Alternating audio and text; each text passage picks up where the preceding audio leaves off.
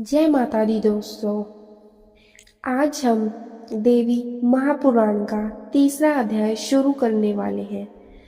तीसरे अध्याय में देवी महात्म्य का वर्णन है। देवी द्वारा त्रिदेवों की सृष्टि आदि के कार्यों में नियुक्त करना, आदि शक्ति का गंगा आदि 5 रूपों में विभक्त होना, ब्रह्मा जी के शरीर से मनु तथा सत्ता रूपा का प्रादुर्भाव, दक्ष की कन्याओं से सृष्टि का विस्तार, आदि शक्ति द्वारा भगवान शंकर को भार्य रूप में प्राप्त होने का वर प्रदान करना है।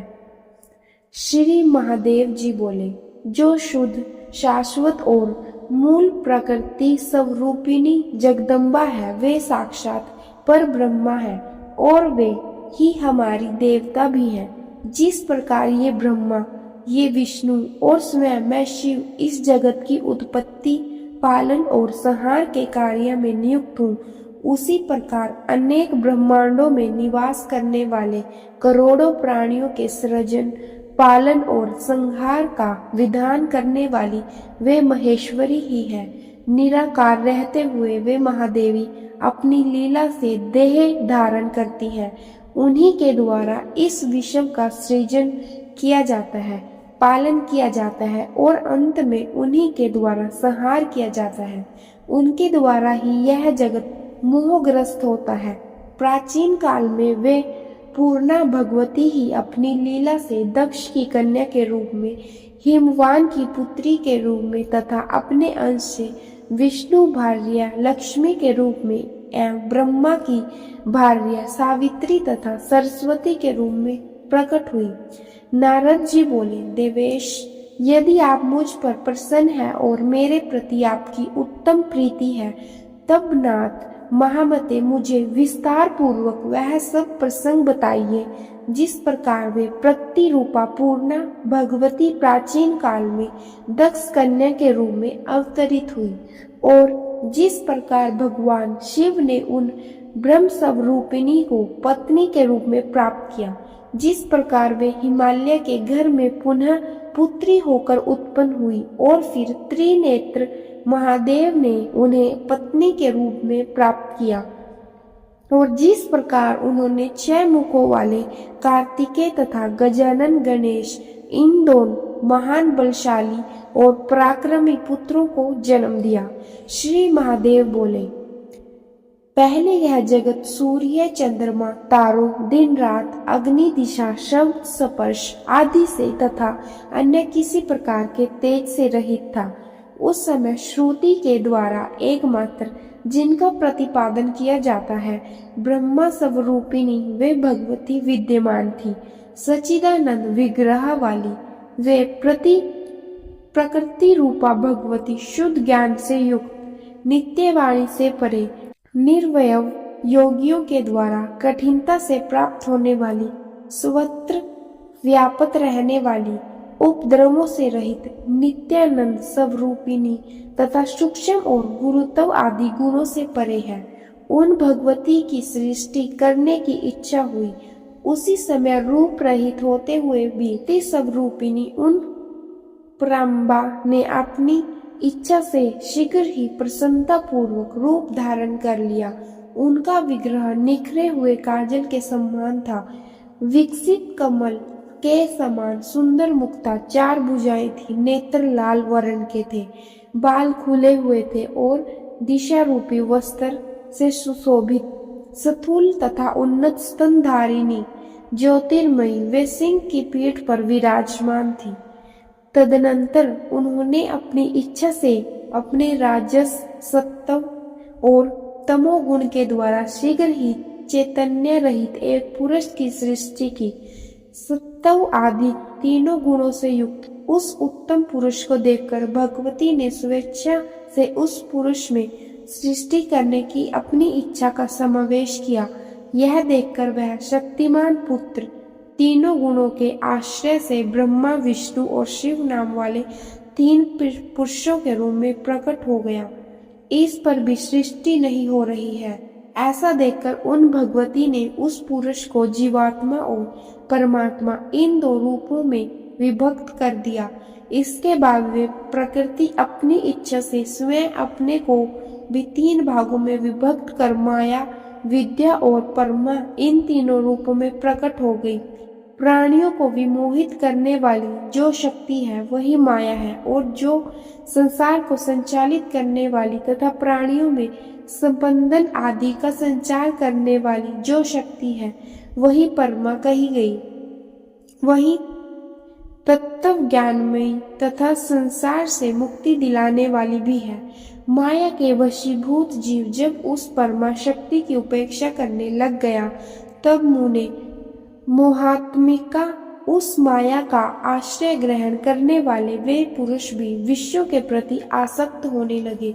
मुनि श्रेष्ठ, उस समय वे उस माया के प्रभाव से अत्यंत प्रमत्त हो गए। तीसरी जो पराविद्या है वह स्वयं गंगा, दुर्गा, सावित्री, लक्ष्मी और सरस्वती इन 5 स्वरूपों में विभक्त हो गई। उन साक्षात जगत पालिनी पूर्णा प्रकृति ने सृष्टि कार्य में ब्रह्मा, विष्णु तथा शिव को अलग अलग नियुक्त करके कहा, मैंने सृष्टि के निमित्त ही आप लोगों को अपनी इच्छा से उत्पन्न किया है। अतएव महाभाग, आप लोग वैसा ही कीजिए जैसी मेरी इच्छा है।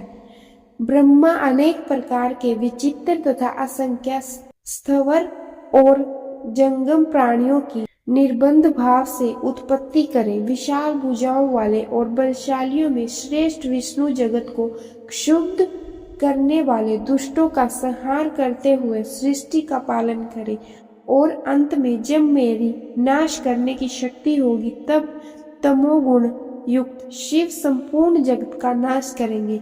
आप तीनों पुरुषों को सृष्टि आदि तीनों कार्य में एक दूसरे की सहायता भी अवश्य करनी चाहिए। मैं सावित्री आदि 5 श्रेष्ठ देवियों के रूप में विभक्त होकर आप लोगों की पत्नियां बनकर स्वेच्छा पूर्वक विहार करूंगी, और सभी प्राणियों में नारी रूप धारण कर शंभु के सहयोग द्वारा स्वेच्छा से सभी प्राणियों को जन्म दूंगी। ब्राह्मण, अब आप मेरी आज्ञा से मानुषी सृष्टि कीजिए, नहीं तो इस सृष्टि का विस्तार नहीं हो पाएगा। ब्रह्मा आदि से ऐसा कहकर वे प्रकृति स्वरूपिणी प्रातपर महाविद्या उनके देखते ही देखते अंतर्ध्यान हो गई, और उनका यह वचन सुनकर ब्रह्मा जी ने सृष्टि कार्य आरंभ कर दिया।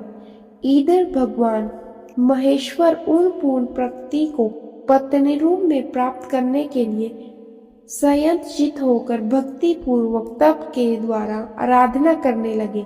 अपने ज्ञान नेत्र से महेश्वर को ऐसा करते देखकर वे परम पुरुष विष्णु भी उन्हीं को प्राप्त करने में नियमित तपस्या करने के लिए बैठ गए। यह सब जानकर भगवान ब्रह्मा भी सृष्टि करना छोड़कर उसी अभिलाषा के साथ तपस्या हेतु निश्चल होकर बैठ गए। इस प्रकार आराधना रत उन तीनों के तप की परीक्षा करने के लिए स्वयं प्रकृति ब्रह्मांड को क्षुब्ध करने वाला भयंकर रूप धारण कर उनके पास आई। उन्हें देखकर ब्रह्मा जी भयाक्रांत हो गए और उन्होंने अपना मुख फेर लिया। वे उनके सम्मुख पुनः गई, तब भी ब्रह्मा जी वे मुख हो गए। इस प्रकार वे चारों दिशाओं में क्रम से 4 बार गई। इससे अत्यंत डरे हुए वे ब्रह्मा जी 4 मुख वाले हो गए, और भय से संयंत्रस्त होकर वे तपस्या छोड़कर उसी समय वहां से भाग गए।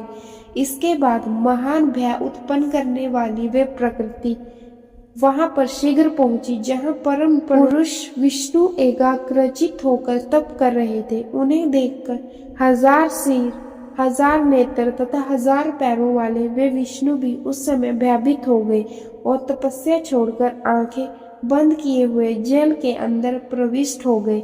इस प्रकार उन दोनों की तपस्या भंग हो जाने पर भीषण रूपावली वे प्रकृति महेश के पास गई, किंतु वे किसी भी तरह उनका ध्यान भंग करने में समर्थ नहीं हो सकी। अपने विज्ञान विशेष से भगवान शिव भयंकर रूप वाली देवी प्रकृति को परीक्षा के लिए आई हुई जानकर समाधि में ही बैठे रहे। उससे अत्यंत प्रसन्न हुई प्रकृति स्वरूपिणी श्रेष्ठ भगवती जो गंगा स्वरूप से स्वर्ग में स्थित है। भगवान शिव को देवी पूर्णा के स्वरूप में प्राप्त हुई।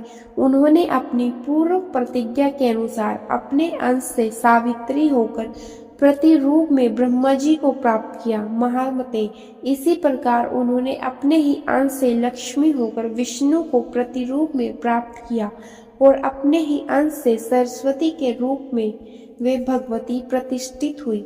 इसके बाद महामते, समाधि भंग हो जाने के अनंतर उन लोक पितामह ब्रह्मा जी ने पृथ्वी आदि महाभूतों तथा अन्य तत्वों की उत्पत्ति करके मरीच, आत्री, पुलह, क्रतु, अंगिरा, प्रचेता, वशिष्ठ, नारद, भृगु और पुलस्त्या इन 10 मानस पुत्रों का सृजन किया। महामते, ये सभी 10 पुत्र समान गुण प्रभाव वाले थे। इसके बाद उन्होंने दक्ष आदि प्रमुख प्रजापतियों तथा मनुष्यों की उत्पत्ति की। तदनंतर उन्होंने मानसी पुत्री संध्या और मनोभव कामदेव को उत्पन्न किया तथा पुनः स्वर्ग, मृत्युलोक एवं पाताल लोक में स्त्री पुरुषों को विमोहित करने के लिए काम रूप उस पुरुष को स्वयं नियुक्त कर दिया। प्रजापति ब्रह्मा ने सभी प्राणियों में विमोह उत्पन्न करने के उद्देश्य से उन्हें पुष्पमय धनुष तथा पुष्पमय 5 बाण दिए। तत्पश्चात ब्रह्मा जी ने अपने उत्तम शरीर को 2 भागों में विभक्त कर दिया। उनके शरीर के बाएं आधे भाग में सत्ता रूप नामक सुंदर रूप वाली स्त्री उत्पन्न हुई और दाएं भाग में स्वयंभू नाम वाले मनु उत्पन्न हुए। उन्होंने कामदेव के 5 पुष्प बाणों में से आहत मनोहार मुस्कान युक्त उस सुंदर अंगों वाली सतरूपा को भार्या के रूप में ग्रहण किया। मुने तत्पश्चात उन स्वयंभू मनु ने उस सत्ता रूपा से 3 कन्याएं तथा 2 पुत्र उत्पन्न किए। देव ऋषिवर वे आकुति, देवहूति और प्रसूति नाम की कन्याएं थी तथा प्रियव्रत और उतानपाद नाम के 2 पुत्र। उन्होंने आकुति नामक अपनी पुत्री रुचि प्रजापति को, मध्यमा पुत्री देवहूति ऋषि कदरम को तथा सुंदर स्वरूपा वाली तीसरी पुत्री प्रसूति दक्ष प्रजापति को समर्पित कर दी। कदरम ने देवहूति से अरुंधति आदि 9 पुत्रियां की। वे पुत्रियां वशिष्ठ आदि ऋषियों की भार्याएं हुई। प्रजापति दक्ष की भी 14 कन्याएं हुई। अदिति, तीति, दनु, काष्ठा, अरिष्ठा, सुरसा, तिमी, मनु, क्रोधवसा, ताम्रा, विंता, कद्रु, स्वाहा और भानुमति ये उन कन्याओं के नाम कहे गए हैं। उन्होंने उनमें से स्वाहा नाम की कन्या अग्नि को और शेष 13 कन्याएं ऋषि कश्यप को प्रदान कर दी। कश्यप ने स्वयं उन पत्नियों से नानाविध प्रजाएं उत्पन्न की। तब उन प्रजाओं से संपूर्ण जगत व्याप्त हो गया। इस प्रकार भगवान ब्रह्मा ने इस सारे संसार की सृष्टि की। तदनंतर देवी प्रकृति ने उन ब्रह्मा से कहा, महामते, द्विजगण तीनों संध्याओं में जिनकी उपासना करते हैं वे सावित्री मेरे अंश से उत्पन्न हुई हैं। वे सरस्वती तथा लक्ष्मी भी मेरे ही अंश से उत्पन्न हुई है। जिन्होंने अपनी लीला से तीनों लोकों के पालन करता विष्णु को पति रूप में प्राप्त किया। आप दोनों ब्रह्मा तथा विष्णु विषयासक्त हो गए। देव ऋषि उन साक्षात परा प्रकृति को पूर्ण भाव से पत्नी रूप में पाने की अभिलाषा करते हुए भी शिव परम योगी बने रहे। उस प्रकार की तपस्या में रत उन भगवान शिव से प्राप्त प्रकृति जगदम्बिका ने प्रसन्न होकर प्रत्यक्ष रूप से कहा। प्रकृति बोली, शंभो, आपका कौन सा अभीष्ट वर है, मुझसे वह मांग ले। आपकी तपस्या पूर्ण उपासना से परम प्रसन्नता को प्राप्त मैं वह वर आपको अवश्य दूंगी। शिव जी बोले, जिनसे पूर्व में 5 श्रेष्ठ नारियां प्रकट हुई थी वे आप विशुद्ध प्रकृति ही हम ब्रह्मा, विष्णु तथा महेश्वर को प्राप्त होगी। उनमें से अपने अंश से सावित्री के रूप में उत्पन्न होकर आप ब्रह्मा जी को प्राप्त हुई और अपने ही अंश से लक्ष्मी एवं सरस्वती होकर विष्णु को प्राप्त हुई है। किंतु परमा पूर्ण प्रकृति आप स्वयं अपनी लीला से कहीं जन्म लेकर मुझे प्राप्त हो। प्रकृति बोली, दक्ष प्रजापति के यहाँ अपनी माया से उत्पन्न होकर मनोहर शरीर वाली पूर्णा प्रकृति में मैं ही आपकी भार्य बनूंगी। जब दक्ष के यहाँ उनके देहाभिमान से मेरा तथा आपका अनादर होगा, तब अपने माया रूपी अंश से उन्हें विमोहित कर मैं अपने स्थान को चली जाऊंगी महेश्वर। उस समय आपसे मेरा वियोग हो जाएगा और तब आप भी मेरे बिना कहीं भी नहीं ठहर सकेंगे। इस प्रकार हम दोनों के बीच परम प्रीति बनी रहेगी। श्री महादेव बोले, मुनि श्रेष्ठ वे परमेश्वरी प्रकृति महेश्वर से ऐसा कहकर अंतर्ध्यान हो गई और शिव के मन में प्रसन्नता व्याप्त हो गई।